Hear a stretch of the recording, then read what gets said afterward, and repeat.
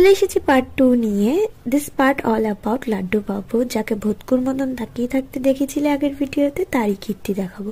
তো প্রথমে লাড্ডু বাবু তার স্টান্ট দিয়ে শুরু করলেন, তারপরে শুরু হলো তাকে নিয়ে মহাযুদ্ধ, তাকে খাওয়ানোর যুদ্ধ। কোলা ব্যাং সোনা ব্যাং যতই শোনাও সে খেতে কোনোভাবেই রাজি না। তারপরে যুদ্ধ শেষ করে তিনি বসেছেন মালতী মাসি শুনতে, এতটাই মন দিয়ে শুনছে যে কাউকে পাত্তা দিচ্ছে না ডাকলেও। দেন ব্রেকে আমরা নিলাম হলো মুড়ি, বেগুনি আর কোল্ড ড্রিঙ্ক খেয়ে।